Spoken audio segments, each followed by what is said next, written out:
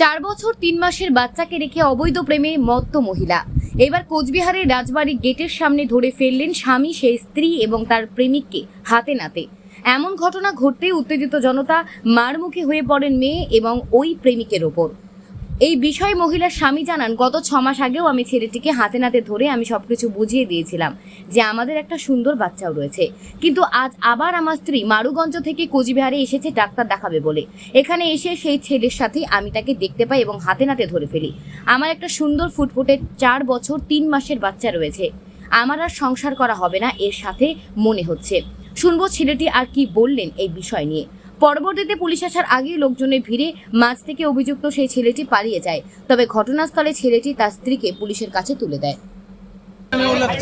দাদা কি হয়েছে পুরোটা বলেন। আমার বউ আজকে সকালবেলা হসপিটালে আসছে ডাক্তার দেখাইতে, অ্যালার্জির চুলকানি। হ্যাঁ, অনেক টাকা খরচা করছি এগুলোর জন্য। শিলিগুড়ি অব্দি ডাক্তার দেখাইছি, 15-20-30 হাজার টাকার মতো খরচা করছি। আজকে ওই অসুখে অল্প একটু ছিল, আজকে কুচবিহার এমজিওতে আসছে ডাক্তার দেখাইতে। আইসা ডাক্তার না দেখায় এই যে এই দেখা এদিকে এর সাথে ঘুরছি। আমি হাতে নাতে ধরছি রাজবাড়ির গেটের সামনে। কি চাচ্ছেন আপনি এখন? আমি এখন এদেরকে চাচ্ছি না। এর বাবাকে ফোন করছি, ওর বাবা আসুক, ওর বাবা কি বিচার করবে। ওর বাবা খুব ভালো মানুষ। আপনার কি বাচ্চা কাচ্চা আছে নাকি? হ্যাঁ, একটা ছোট ছেলে আছে, 4 বছর 2-3 মাস বয়স হবে। 4 বছর 5 বছর বাচ্চা গো। খুব সুন্দর বাচ্চা। তোমার বাড়ি কোথায়? মারুগঞ্জ। ভালো ছেলে গো, ভালো ছেলে কপালে কষ্ট। হ্যাঁ, ভালো ছিল।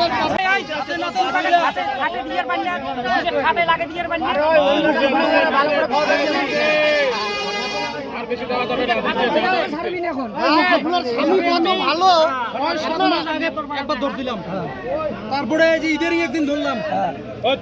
অনেক কয়বার অনেক কয়বার আমার মনে হয়